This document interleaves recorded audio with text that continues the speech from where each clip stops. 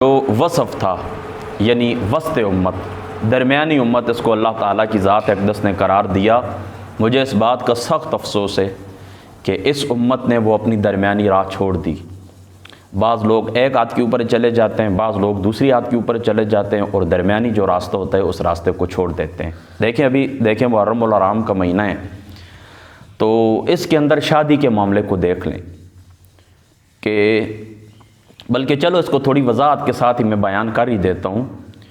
یہ بات یاد رکھیں کہ ایک دفعہ پہلے بھی میں نے اس بات کا اظہار کیا تھا آپ لوگوں کے سامنے، اور آپ لوگوں کے علم کے اندر ہوگا۔ میں اس بات کا قائل ہوں کہ کسی بھی مہینے کے اندر، کسی بھی دن، کسی بھی وقت آپ شادی کر سکتے ہیں، آپ نکاح کر سکتے ہیں۔ اللہ تعالیٰ کی ذات اقدس نے، اس کے رسول پاک صلی اللہ تعالیٰ علیہ وآلہ وسلم نے اس سے منع نہیں فرمایا۔ لیکن یہ بات بھی یاد رکھیں کہ ہر جائز چیز معیار نہیں ہوتی، ہر جائز چیز، ہر جواز والی چیز معیار نہیں ہوتی۔ مثال کے طور پر دیکھیں، ہم جو مرد ہیں، ہمارا جو سطر ہے وہ سطر ناف سے لے کر گھٹنوں تک کے۔ اب ہم اگر اس طرح کریں کہ ناف سے لے کر گھٹنوں تک ہم سطر کر لیں، کپڑا یہاں پر باندھ دیں اور باقی جسم کھلا چھوڑ دیں، ننگا چھوڑ دیں، تو کوئی پوچھے تو ہم کیا کہیں گے؟ ہم یہی کہیں گے کہ شریعت نے جتنا حکم دیا اتنا ہم نے کر لیا ہے، یعنی جائز کتنا ہے، جس کو چھپانا ہے وہ ہم نے چھپا لیا ہے، جتنا سطر ہم نے چھپانا تھا، جو ہمارا سطر ہے وہ ہم نے کر لیا ہے۔ اب باقی جو لباس تھے ہمارے جسم کا، یہ ہو نہ ہو کوئی بات نہیں ہے۔ میری بات آپ سمجھ گئے؟ تو کوئی بندہ شرعی طور کے اوپر اعتراض نہیں کرتا، لیکن آداب کی یہ بات ضرور خلاف ہے، آداب کی یہ بات ضرور خلاف ہے۔ اب یعنی اتنی یہ بات ہے تو لازمی نہیں کہ اسی کو ہم معیار بنا لیں۔ تو یاد رکھیں کہ ہر جائز چیز معیار نہیں ہوتی۔ اب اگر اللہ تعالیٰ کے، اس کے رسول پاک صلی اللہ تعالیٰ علیہ وآلہ وسلم نے منع نہیں فرمایا، تو اب جواز خود بخود واضح ہو گیا کہ یہ چیز جائز ہے، یعنی محرم پاک کے اندر شادی کرنا، شرعی ممانعات اس کے اندر کوئی بھی نہیں ہے۔ لیکن مستحب یہ ہے، یہ بات آداب کے اندر شامل ہے کہ یہ جو دن تھے محرم کے، یہ آل رسول صلی اللہ تعالیٰ علیہ وآلہ وسلم کے اوپر سخت تھے، اور تاریخ انسانی کے اندر سب سے زیادہ جو ظلم ڈھایا گیا ہے وہ اس میدان کے اندر، میدان کربلا کے اندر آل رسول کے اوپر ڈھایا گیا ہے۔ اور شہادت کا جو واقعہ تھا امام حسین رضی اللہ تعالی عنہ علیہ السلام کا، یہ شہادت حقیقت کے اندر حضور محمد مصطفیٰ صلی اللہ تعالی علیہ وآلہ وسلم کی شہادت کا تکملہ ہے، شہادت کا تکملہ ہے۔ اسی وجہ سے اللہ تعالیٰ کی ذات اقدس نے سب سے زیادہ شہرت اس کو عطا فرمائی ہے، میدان کربلا کو، حضرت امام حسین کی شہادت کو۔ ورنہ دیکھیں بڑے بڑے انبیاء علیہ الصلوۃ والسلام شہید ہوئے ہیں، لیکن اللہ تعالیٰ کی ذات اقدس نے وہ شہرت ان کو عطا نہیں فرمائی جو شہرت امام حسین کی شہادت کو ملی ہے۔ تو یہ وجہ کیا تھی؟ وجہ یہ تھی، یہ بات یاد رکھیں کہ یہ آقا علیہ الصلوۃ والسلام کی شہادت کا تکملہ تھا، جو میں نے ایک الگ گفتگو کے اندر میں نے آپ لوگوں کے سامنے بیان کر دیا تھا، وہ گفتگو آپ نے سن لی۔ تو یہ تاریخ انسانی کا بہت بڑا واقعہ، بہت بڑا ظلم ہوا اس کے اندر۔ لہٰذا ان 10 دنوں کے اندر، بالخصوص پورے مہینے کے اندر اور بالخصوص 10 دنوں کے اندر شادی بیاہ وغیرہ کی رسمیں نہیں ہونی چاہیے۔ دیکھیں امام علوسی رحمۃ اللہ تعالی علیہ آپ نے بھی لکھا ہے، حافظ ابن کثیر رحمۃ اللہ تعالی علیہ آپ نے بھی لکھا ہے، وہ فرماتے ہیں کہ یہ خارجیوں کی علامات ہیں، یعنی خارجی اس طرح کرتے ہیں کہ جب محرم پاک کا مہینہ آتا ہے تو وہ اس طرح کرتے ہیں کہ شادیانے بجاتے ہیں، نئے قسم کے کپڑے پہنتے ہیں، خوشی کا اظہار کرتے ہیں۔ تو آقا علیہ الصلوۃ والسلام نے فرمایا من تشبع بقوم فهو منهم، تو یہ خارجیوں کی علامات ہیں۔ تو ان کی علامات یعنی ان کے ساتھ ہماری مشابہت نہ ہو، اس سے بچنے کے لیے اس ماہ مقدس کے اندر نہ چمکیلے قسم کے کپڑے پہننے چاہیے، نہ شادیاں بجانے چاہیے، اور نہ یہ شادی بیاہ کی تقریبات منعقد کرنی چاہیے۔ ان دنوں کے اندر کیا ہونا چاہیے؟ ان دنوں کے اندر یہ ہونا چاہیے حضور علیہ الصلوۃ والسلام کی جو آل پاک ہے، اس آل پاک کا ذکر ہونا چاہیے، میدان کربلا کا جو واقعہ صحیح سند کے ساتھ اس کو بیان کرنا چاہیے، ان کی جو تعلیمات ہیں ان کو بیان کرنا چاہیے، یہ ہونا چاہیے۔ لیکن ساری باتیں یاد رکھیں، اس کا نتیجہ کیا ہے؟ اس کا نتیجہ یہ محبت کی علامت ہے، یہ عقیدت کی علامت ہے۔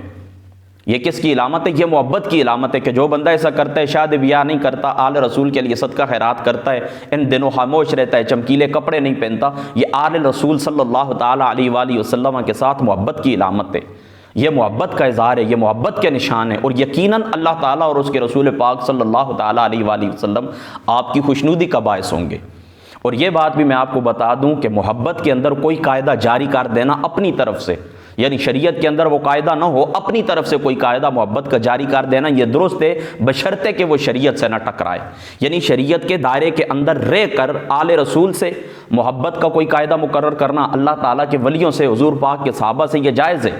اس کی دلیل کیا ہے؟ دیکھیں حضور علیہ الصلوۃ والسلام جس وقت معراج کے اوپر گئے تھے تو صحیح مسلم کے الفاظ ہیں کہ آقا علیہ الصلوۃ والسلام نے حضرت بلال کو فرمایا کہ کیا تو ایسا عمل کرتا ہے کہ جنت کے اندر میں نے اپنے آگے تیرے قدموں کی چاپ سنی ہے؟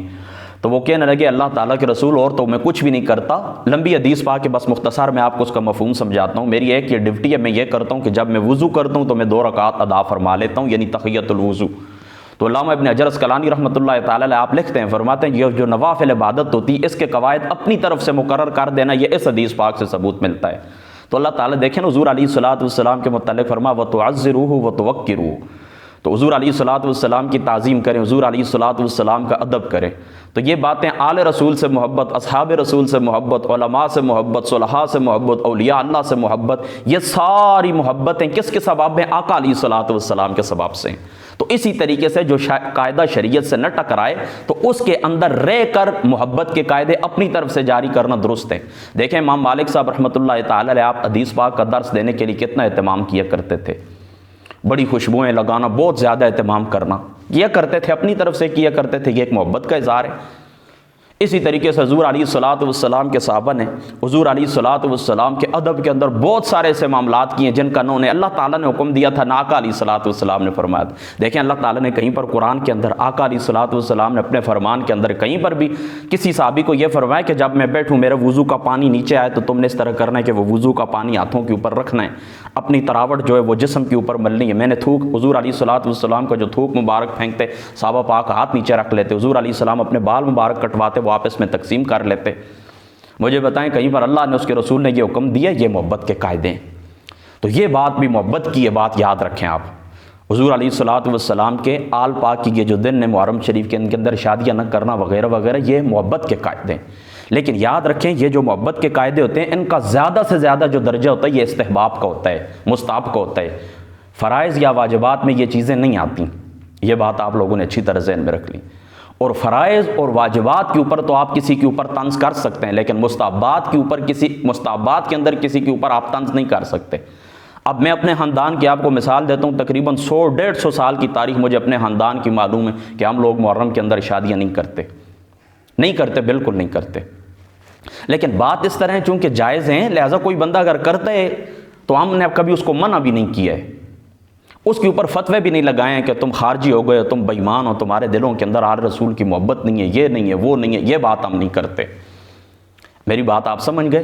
لہٰذا اپنی حد کے اندر ہمیں رہنا چاہیے۔ یہ ایک استحبابی قاعدے ہیں، محبت کی باتیں ہیں، لہٰذا محبت کی باتیں صرف اہل محبت ہی سمجھ سکتے ہیں۔ لہٰذا اگر کوئی شخص اس محرم پاک کے مہینے کے اندر اس کے دل کے اندر آل رسول کا احترام موجود ہے، دیکھیں ان کے اگینسٹ مقابلے کے اندر، یعنی ان کے یہ دن مشکل تھے لہٰذا اس کے مقابلے کے اندر وہ شادیاں رچاتا ہے یا محض خوشی کا اظہار بھی کرتا ہے، تو میں سمجھتا ہوں وہ تو دار اسلام سے ہی خارج ہے۔ اس کی وجہ یہ ہے کہ آقا علیہ الصلوۃ والسلام نے فرمایا، مستدرک پاک کے اندر موجود ہے، فرمایا آقا علیہ الصلوۃ والسلام نے فرمایا کہ ایک بندہ طواف کعبہ کرتے کرتے حجر اسود اور آب زمزم کے درمیان اس کی روح نکل جائے لیکن میری آل کا بغض اس کے دل کے اندر ہے، وہ جہنم کے اندر جائے گا۔ تو جو بندہ آل رسول کے بغض کے اندر نئے کپڑے پہنتا ہے تو ظاہر سی بات ہے وہ بندہ، شادی کرنا تو دور کی بات ہے، محض نئے کپڑے پہنتا ہے، خوشی کا اظہار کرتا ہے، وہ بندہ دار اسلام سے ہی خارج ہو جاتا ہے۔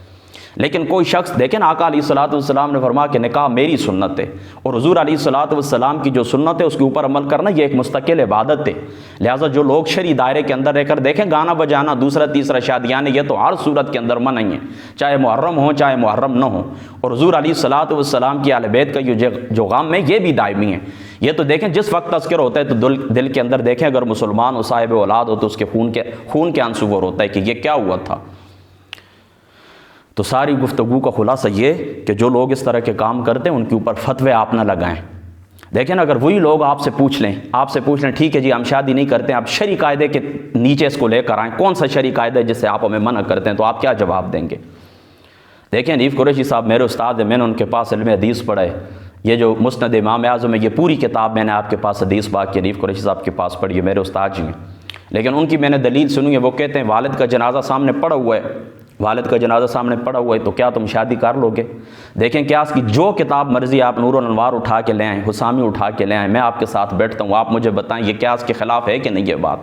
یعنی دیکھیں نا، ایک جنازہ سامنے پڑا ہوا ہے، اس کو آپ قیاس کر لیں اس واقعے کے اوپر کے جو تقریباً 1400 سال جس کے ہو چکے ہیں، گزر چکا ہے۔ دیکھیں نا، اگر سامنے جنازہ پڑا ہوا ہے، سامنے جنازہ پڑا ہوا ہے، تو اس وقت کوئی شادی بیاہ کا اہتمام کرتے تو پھر تو آپ کہہ سکتے ہیں نا کہ یہ دیکھیں یہ بات درست نہیں ہے، ابھی تیرے والد کا کفن میلہ نہیں ہوا، سامنے جنازہ پڑا ہوا اور تم ان معاملات کے اندر پڑ گئے۔ لیکن جو واقعہ 1400 سال پہلے ہوا ہے، اس کو آپ موجودہ جنازے کے اوپر کس طرح قیاس کر رہے ہیں؟ کیا آل بیت رسول صلی اللہ تعالیٰ علیہ وآلہ وسلم کے جو اجسام مبارک یہ ابھی سامنے پڑے ہوئے ہیں کفن کے اندر؟ تو دیکھیں نا، یہ دلیل کتنی بودھی دلیل ہے اور کتنی کمزور دلیل ہے کہ یہ دلیل دیتے ہیں، کہتے ہیں کہ جی آل رسول صلی اللہ تعالیٰ علیہ وآلہ وسلم، یہ بات بالکل نہیں ہے، بالکل قطعاً یہ بات قیاس کے خلاف ہے، یہ بات قیاس کے خلاف۔ پھر وہ لوگ آپ سے پوچھیں فلاں شہید ہوئے فلاں دنوں کے اندر، فلاں صحابی ہے، فلاں اللہ تعالیٰ کا ولی ہے، یہ دن سخت ہیں، پھر کیا کریں؟ کیا پھر بھی شادی نہ کریں؟ مجھے بتائیں 10 محرم تک چلو شادی نہ کریں، 12 محرم کو کریں، 13 محرم کو کریں، پھر اٹھ کر کوئی کہتے ہیں جی دیکھیں ابھی تو آل رسول کے 3 دن ہوئے، تم 3 دن کہتے ہو، میں کہتا ہوں اگلا مہینہ سفر شریف کا ہے، پھر میں کہوں گا ابھی تو آل رسول کو شہید ہوئے 22 دن ہوئے، 20 دن ہوئے، پھر آپ کیا کریں گے؟ اس طرح تو آپ نے دین کو ایک ربڑ بنا دیا، دین کو آپ نے ایک ببل گم بنا دیا کہ جس طرف آپ کی مرضی ہے آپ کھینچ لیں۔ لہٰذا یہ بات بالکل غلط ہے، بالکل غلط ہے، یہ دلیل بالکل غلط ہے کہ بچے کا سامنے جنازہ پڑا ہوا ہے، باپ کا جنازہ پڑا ہوا، تم شادی کر لو گے؟ اور میں آپ کو بتا دیتا ہوں، حضرت ابو طلحہ رضی اللہ تعالیٰ عنہ، آپ صحیح مسلم کو اٹھا کے دیکھیں، ان کا بیٹا فوت ہو گیا تھا، پھر ان کی جس وقت وہ گھر کے اندر آئے تو ان کی بیوی نے ان کو نہیں بتایا بلکہ کیا کہ ہار سنگار کیے، نئے کپڑے پہنے، خوشبو لگائیے، یہ سارے معاملات خوشی کے اوپر دلیل ہیں کہ نہیں، گھر کے اندر ماتم پڑا ہوا ہے۔ پھر اپنے خاوند کے ساتھ وہ مصروف بھی ہوئی ہیں، یعنی میاں بیوی آپس میں رات کو مشغول بھی ہوئے، پھر صبح آقا علیہ الصلوۃ والسلام کو انہوں نے یہ بتایا، کیونکہ انہوں نے ناراضگی کا اظہار کیا تھا خاوند نے کہ تم نے مجھے بتایا نہیں، میرا بیٹا فوت ہو چکا ہے۔ تو آقا علیہ الصلوۃ والسلام نے پھر فرمایا کہ اللہ تعالیٰ تمہارے اس رات والے عمل کے اندر برکت عطا فرمائے، یعنی حضور علیہ الصلوۃ والسلام نے اس کے اوپر نکیر نہیں فرمائی۔ دیکھیں نا، اگر آپ وہی بات کرتے ہیں نا، دیکھیں گھر کے اندر کیا پڑا ہوا تھا، بچے کا لاشا پڑا ہوا تھا کہ نہیں پڑا ہوا تھا، کفن کے اندر بچہ موجود تھا کہ نہیں موجود تھا، اس کے باوجود بھی بیوی نے خوشی کا اظہار کیا، حضور علیہ الصلوۃ والسلام نے کوئی نکیر نہیں فرمائی۔ اور یاد رکھیں، یہ جو سوگ ہوتا ہے ہماری فقہ کے اندر، ہماری شریعت کے اندر، یہ بات یاد رکھیں کہ 3 دن تک سوگ جائز ہے، واجب نہیں ہے، یعنی ہر صورت آپ سوگ کریں یہ نہیں ہے، یہ بات یاد رکھیں۔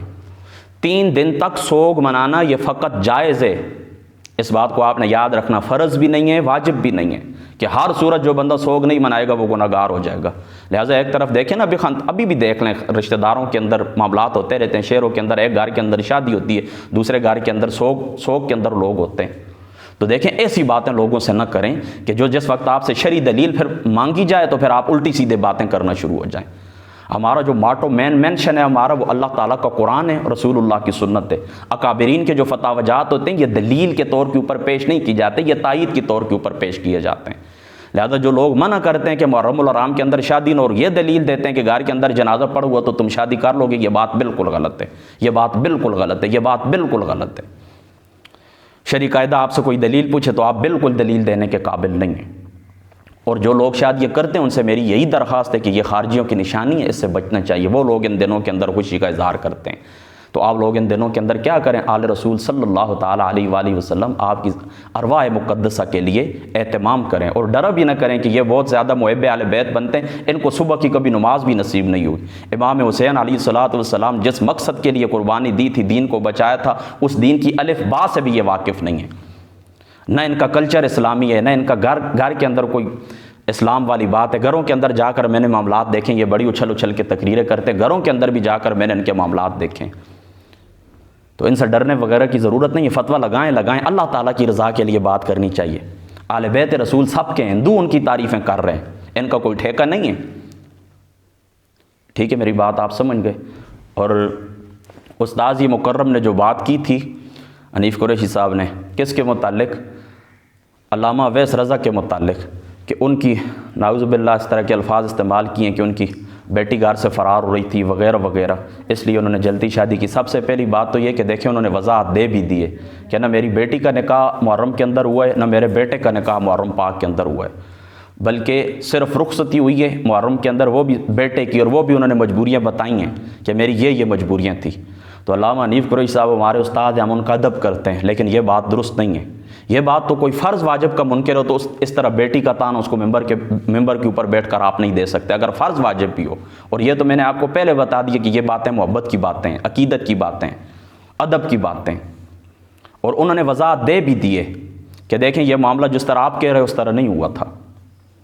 میری بات آپ سمجھ گئے؟ تو ہم اس کی بھی پرزور مذمت کرتے ہیں کہ استاذ مکرم نے یہ جو الفاظ استعمال فرما بالکل بالکل بالکل ناجائز نہیں ہے۔ کل پھر دیکھیں لوگ اٹھ کر وہ کہتے ہیں نا کہ بادشاہ اس طرح کریں نا، اگر بادشاہ اپنے مقتدیوں کے لیے، اپنے فوجیوں کے لیے اگر نمک حلال کر دے نا کسی قوم کا کہ یہ قوم ہے نا اس کا آپ کے لیے نمک حلال ہے، تو پھر فوجی پتہ ہے اگلا درجہ کیا کرتے ہیں؟ پھر اگلا درجہ یہ کرتے ہیں وہ نمک کی بجائے اس طرح کرتے ہیں کہ پورے ان کے گاڑی لوٹ لیتے ہیں۔ تو اگر آج علماء کا یہ حال ہے کہ اس قسم کی باتیں کرتے ہیں تو کل جو ان کے پاس پڑھیں گے یا جو ان کے شاگرد ہیں مقتدی ہیں، پھر اللہ یہ ان کا حافظ ہے۔ ابھی باتیں لمبی ہو گئیں، چلو انشاءاللہ تعالی باقی جو باتیں رہتی ہے بعد میں کریں گے، ابھی نماز کا ٹائم ہے۔ اللہ تعالی عمل کی توفیق عطا فرمائے۔